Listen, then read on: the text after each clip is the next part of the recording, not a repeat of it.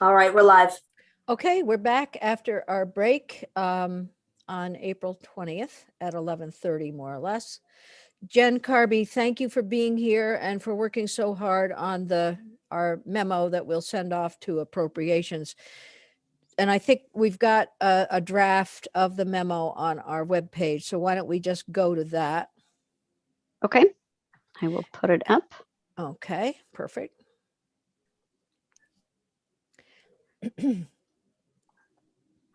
Okay, you should be able to see that. Jennifer Carby, Legislative Counsel. This is, well, in my version, it has a draft watermark on it, apparently not on this. So it has budget recommendations from this committee. Hold on. A draft. So Jen, yes. Before you go any further, I want to clarify for folks who are out in the Zoom world, YouTube world, that this is a draft memo that your Committee on Health and Welfare, individual members of the committee, Joint Fiscal, and Leg Council have worked very hard on this memo. Whether it is something that you individually approve of or not, we're at a stage now where we're going to be looking at this and moving it along. And probably, unfortunately, we're absolutely not taking testimony on this. This is an internal decision by your Committee on Health and Welfare. So, and it is draft. It's a draft memo. There you go. All right. And I think maybe, okay, it does show up on the next page, the watermark. So it starts out by saying that the committee supports the healthcare and human services related provisions of H439, that's the budget bill, as passed by the House with the revisions and additional appropriations recommended in this memo. And then I split it into some categories. So the first is appropriations for bills soon to be voted out of this committee. And it says that the committee plans to vote out several bills this week that will require appropriations, and that you request funding for the following bills be included in the Senate's proposal of amendment to the FY22 budget. Some of these I understand may be subject to change. I'm not sure what you just decided on H171, but I have the 8.429 million for the child care bill, of which 5,529,000 of general fund would be for CCFAP increases and changes, 2.5 million for provider scholarships and student loan repayments, and 400,000 for child care studies. So Jen, actually, yes, we did just make a change to this okay. earlier. So for the child care studies, yes, it would be $200,000 okay. for the child care systems, right? Nolan, is that the one, the systems analysis? That's the first one. For that, and so what are we calling it? Healthcare systems. Let me look at the bill to see what it's called. It is Child Care and Early Childhood Education Systems Analysis Study. From page. I was muted. I was reading the same thing. It's the Child Care and Early Childhood Education Systems Analysis. That's it. Yeah. Child Care and Early Childhood Systems Analysis. Am I missing a word in there? Child Care and Early Childhood Education and Systems Analysis Study. Yep. Okay. Did you get it, Jen? I believe I did. Okay. Okay. So 200,000 for the Child Care and Early Childhood Education Systems Analysis Study. Yep. And that's it, because the other study, the dates are such that it would come in the next fiscal year. Gotcha. So we don't Okay. need to make the recommendation. We're good. So great. So I've just made that 200,000. change in the live document, the Word document. So it won't change on the screen, but I'm changing it over here. Great, thanks. Sure. And then we have H210, an act relating to addressing disparities and promoting equity in the healthcare system, 180,000. That was, as I understand, included in H439 as passed by the House. Is that, Nolan, is that accurate? I think I took that from your fiscal note. 180, yeah, 180 is right. Okay, and it was in the House passed budget? Yes. Great. Then we have Yeah. H430, an act relating to expanding eligibility for Dr. Dinosaur to all income eligible children and pregnant individuals, regardless of immigration status. That would be 1.4 million in general fund dollars. I That's don't- not in the budget, but Okay. we're passing it out. Yeah, that's Right. in the bill. And then S120, an act relating to the Joint Legislative Healthcare Affordability Study Committee. That's 175, so I'll get rid of that space, as introduced. And then I just put there may be additional language and funding needs once the Committee on Health and Welfare finalizes our work on the bill this week. Does that all seem accurate? Sounds good. Okay. And then the next grouping is changes to specific provisions of H439. The first is in section E311, the designated and specialized service agency workforce. And here I said that the committee recommends specifying that the strategic investments, quote, to expand the supply of high quality mental health and substance use disorder professionals, end quote, include scholarships and student loan repayment as follows. And then I just said new languages in bold and yellow highlight because it comes at the end. So this is a provision in the budget that, just for context, that requires the Agency of Human Services by August 1st to determine the amount of funds remaining from the $5 million that was appropriated to the agency in 2018 in the FY19 budget bill to make strategic investments in order to expand the supply of high quality mental health and substance use disorder treatment professionals. And inform the House Committee on Healthcare and on Human Services, this committee, the Joint Fiscal Committee, and the Chief Executive Officer of each designated and specialized service agency of the amount of funds that remain. So figure out how much is left from that 5 million, because some of it has already been used either for this or for other specific purposes appropriated by the General Assembly.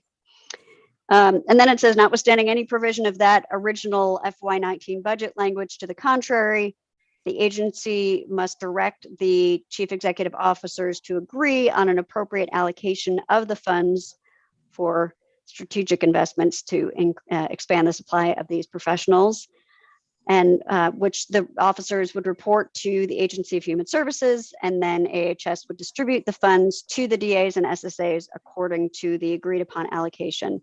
Then I added this language that you'd recommended. The strategic investments to be made pursuant to this section may include scholarships, tuition assistance, and student loan repayments. I think that what you had originally given me was scholarships and student loan repayments, but I thought tuition assistance might be another way of getting at that same goal. Any That looks issues, good. comments? I Great. think just keep going along and, Okay. senators will please ask questions if you have some as we go through. Great. The next deals with kind of a range of sections in the budget bill, sections E311.1 to .3. And in the budget bill, these are nursing and primary care physician scholarship programs. Here you are recommending increasing the funding and scope of the healthcare workforce provisions in H439, starting with recommending that the nursing and primary care physician scholarship programs be expanded to include similar scholarship opportunities for physician assistant and advanced practice registered nurse, APRN students who commit to practicing primary care in Vermont, with an additional 1,227,273 added to the amount in the House version of the budget, for a total of 3.5 million in global commitment funds. The global commitment funds, meaning the state funds, are matchable under our global commitment waiver. The committee also recommends appropriating 1.5 million for a loan repayment assistance program for primary care physicians, physician assistants, and APRNs that would award grants equal to 1/2 of the recipient's outstanding, oh, it shouldn't say medical school debt, we should say something else. I'd taken it from a medical school one. just highlight that for myself. I will go back Probably to it. educational debt or something like That's that. a great word, educational I love debt. it. Thank you. Paid over 5 years in exchange for a minimum 10-year service obligation to practice primary care in Vermont. So this language is similar to what was in Senator Hooker's S-123, but broader than just the physicians. These programs should be administered by the Department of Health in collaboration with the Office of Primary Care and Area Health Education Centers program at UVM College of Medicine, AHEC, and the Vermont Student Assistance Corporation, VSAC. Then the last piece from the budget bill itself is section E318.1, specialized childcare transportation. And here the committee recommends that that section be deleted in its entirety and that funding for the full Family Services Division and Child Development Division transportation budgets remain level funded and in their respective divisions. The committee understands that this change would mean that the administration's proposed savings of $647,000 would not be realized in the FY22 budget, but you have significant concerns about this proposal and do not believe it is necessary or appropriate at this time. Then we have, so that was focused on language that is already in the budget in some way. These are additional provisions for inclusion in the budget, the first of which is a Reach Up grant increase provision. Here, the committee recommends increasing Reach Up grants to participating families by increasing the basic needs standard from the 2008 to 2021 level, while maintaining the current ratable reduction at 49.6%. You further recommend the inclusion of the language below to ensure that any unspent funds within the Reach Up program will be reinvested in the program. And then there's a sample or draft provision here that says in fiscal year 2022, any underutilization of funds in the Reach Up program shall be distributed as one-time payments to participating families or allocated to the supportive services matrix. Next is a one-time funding increase for parent-child centers. This has you recommending spending up to $3.75 million in one-time funds to increase funding for parent-child centers for fiscal year 2022. Then we have the all-payer ACO model, delivery system reform, and health information technology. This says that you support a request from the Agency of Human Services to appropriate the state share of funds for initiatives related to the all-payer accountable care organization model, including delivery system reform and health information technology projects as follows. And I tried to take some language from what you had been provided by the agency and turn it into language here. It may need some modifications. So if there are AHS folks watching who think I have not captured what the proposal was, it would be helpful to know that. So this would authorize, it's my understanding that they have funds remaining. And so I have here authorized them to carry forward the sum of $3.9 million in global commitment funds to fiscal year 2022 for the following purposes related to implementation of the all-payer accountable care organization model: health information technology projects, including hypertension and diabetes identification and management tool to support clinical decision-making, and just-in-time clinical data reporting for quality improvement to support clinical decision-making, and delivery system reform projects focused on implementation of the care model, including expanding trainings and performance improvement activities and continuation of the longitudinal care home health program and the Dulce program. Next, we have. Jen, I'm sorry, Yep. sorry to interrupt, but I'm wondering, I know that you just got this from AHS, so I know you might not be able to answer any questions about it, but Senator Lyons or Cummings or any of you, do you know what the longitudinal care home health program and Dulce programs are? I know more about the Dulce program, but I believe we can ask if you're interested. It's the longitudinal care home health program, I believe would be things like, and Jen, you can correct me if I'm wrong, choices for care.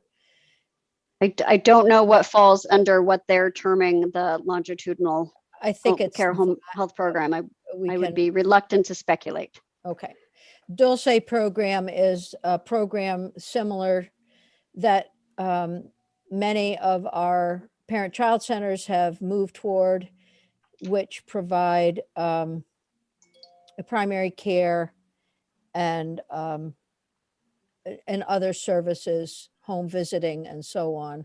It's a model for this type, for family-centered care. Okay. And it, right now, I'm trying to remember where all of the Dulce programs are, but through the system reform process, through the innovation track, we've seen Dulce in St. Albans, I think in Lamoille, but I can't tell you. I think Lamoille was a big That was the part of the big one, beginning. the first one, yeah. So, Okay. Well, if there are any AHS people out there listening, if you send Jen anything, please send me an explanation of what these things are. That would be helpful. Those two programs I'm not as familiar with. And the first two just seem like technology related projects for those two types.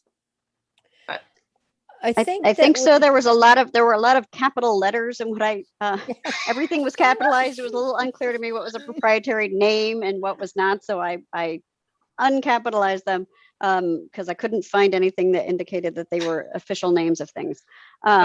It's hard to get emails in all caps. I'm sorry.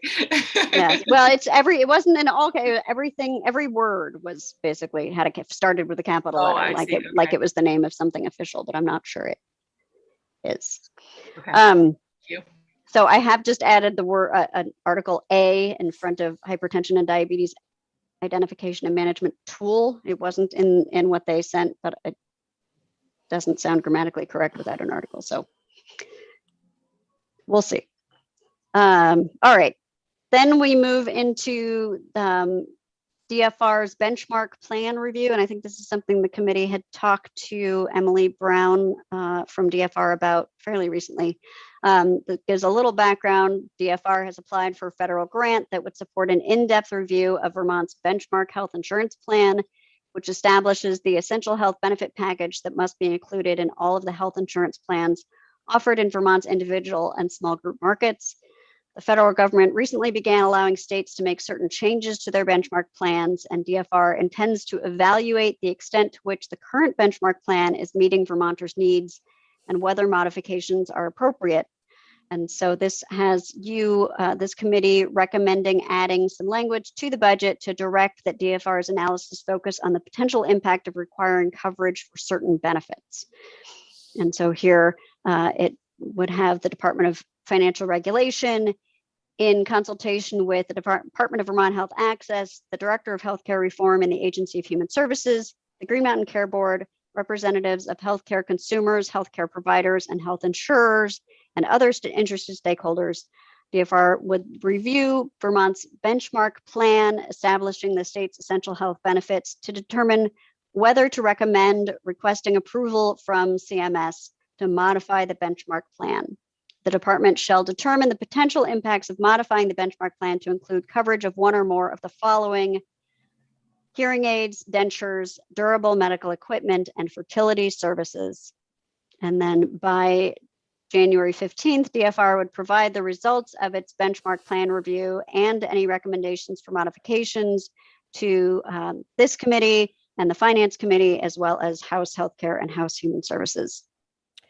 let me just say that I just asked Nellie to post the letter that we received from the administration regarding the innovation grant, the carry forward innovation grant money. So you'll see that. It'll be under Mike Smith's name. Thank you. Jen, a question on this section. Yes. That last, well, two questions. That last sentence, the department shall determine the potential to include coverage of one or more of the following. Do you think that still makes clear that we want them to look at all 4 and Just then, thinking of that as I was reading it out loud. I think it might be good to make that a little bit clearer that you want them to look at all of them, but it doesn't mean they would all be necessarily included. I think that was what I was going for. right, It's yeah. my understanding that you wanted them to look at everything. I think an analysis or an assessment of each one of the following, but whether they actually recommend coverage for one or more. Yes, Exactly. so I'm just going to take out, so I've changed it to say the department shall determine the potential impacts of modifying the benchmark plan to include coverage of the following. 1, 2, 3, 4. Does that, instead of having the one or more? Of each. Each of the following, I don't know, Jen, because I agree with Senator Lyons, like we want them to look at it. They might come back and recommend, oh, we looked at all 4 and here's what our analysis is, but we could only afford to do 2 or whatever. I don't know, or maybe they say none, I'm not sure, but I'd like to see the analysis on each of the 4. And Okay, then, I just made it to include coverage of each of the following. Mhm. That will, I'll highlight it and continue to think on it. How's okay, that You, sounds great. you might have to add a sentence in there, but I Yeah, think that's right. our intent is clear. We want to see Yes. the data on each Okay. of them. Right. And equipment is good, better than goods. Thank you for changing that. Sure. And I just wanted to see if there were other things that people wanted, because they asked us, and these were the 4 that I and Senator Lyons and I came up with, but if there were other things that we wanted to include on this list. Eyes? No. We've got, You could include I think eyes. this is I know, Would be nice. I think this is probably a pretty robust list. But if you want more, It's funny, Jenny, when you said ayes, I was thinking like aye and nay. Like, oh, did Oh. you want us to vote? okay. Ante ojos. Oh, okay. So we'll just go right ahead. I think this is a good list for now. All right, I'm still playing with language on this, so I'll be back. All right, next we have a paragraph on the global commitment waiver. It's really a demonstration. This says that the committee recommends including language in the budget directing the Agency of Human Services in its negotiations with CMS to extend or renew Vermont's global commitment to health Section 1115 demonstration, to strive to maintain or increase the state's flexibility to use global commitment investment dollars to, and then this is language taken from the waiver itself, to increase access to care and coverage, improve health outcomes, strengthen healthcare delivery, and promote transformation to value-based and integrated models of care.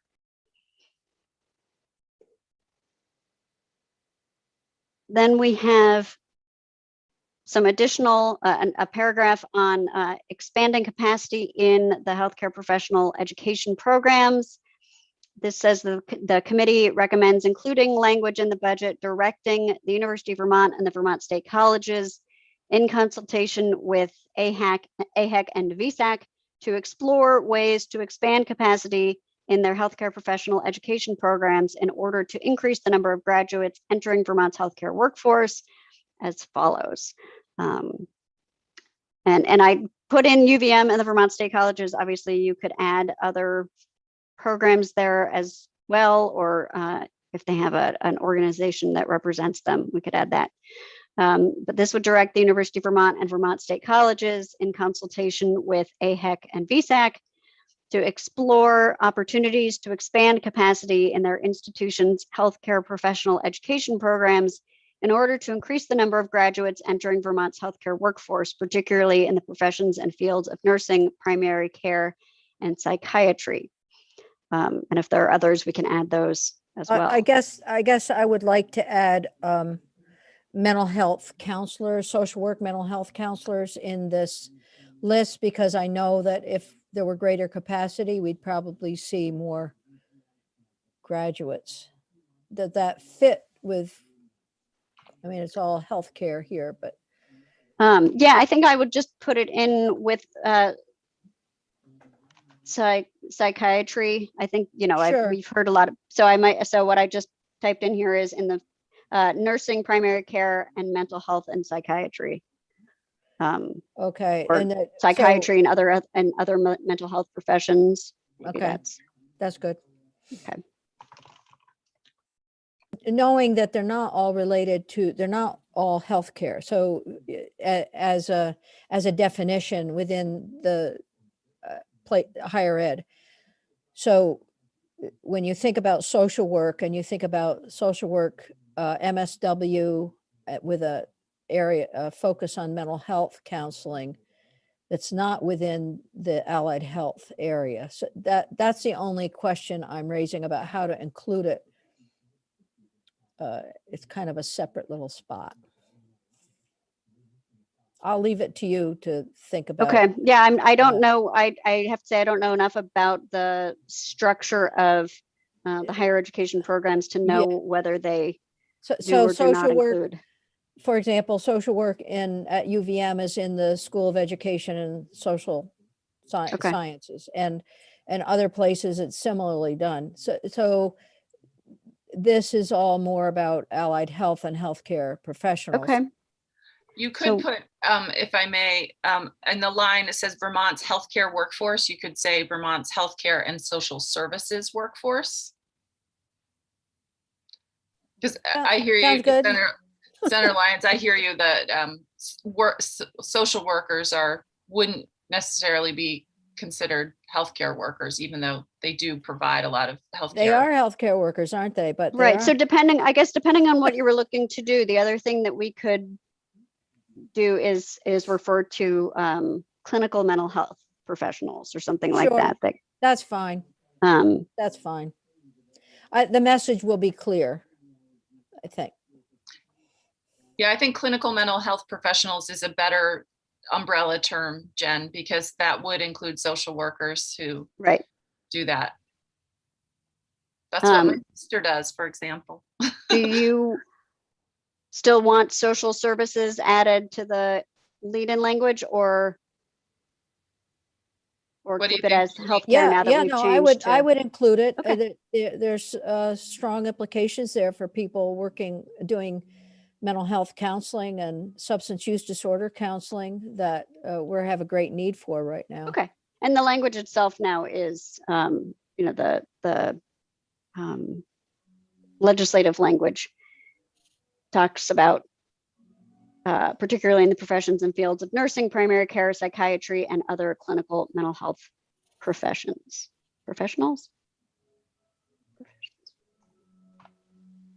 I don't know. I will flag this I'll consult with Katie.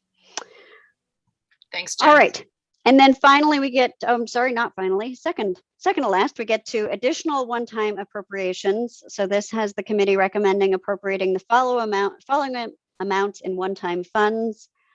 1.5 million to the Vermont Food Bank for Vermonters feeding Vermonters and general food purchase and delivery.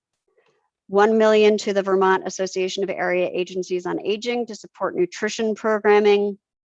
250,000 to the Tobacco Control Program to address increased tobacco use and vaping related to the COVID-19 pandemic.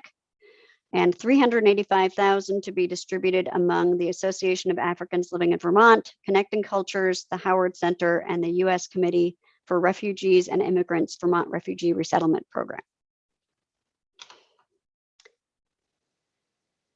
And then finally, we have some additional proposals for consideration.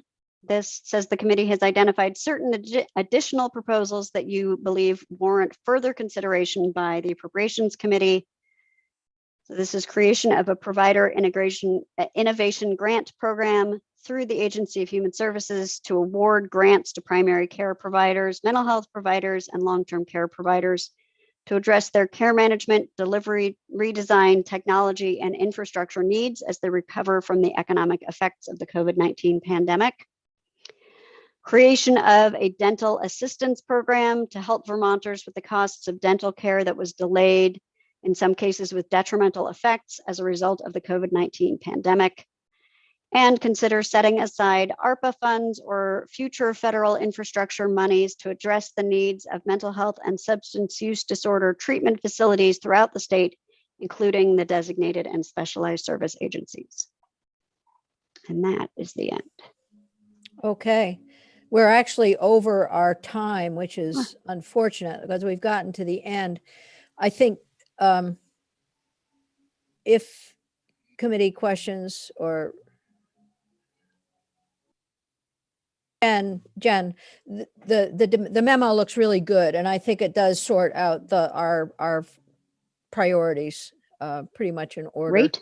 Yeah, no, it's very good. And again, I would like the committee to know how hard that Ruth has worked on this in addition to the spreadsheet she put together, and then going through all of the meetings with us to make this a solid set of recommendations.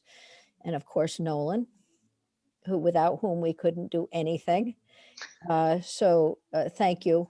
And thanks, Jen. Do you want to, why don't we do it this way? Do you want to make the edits?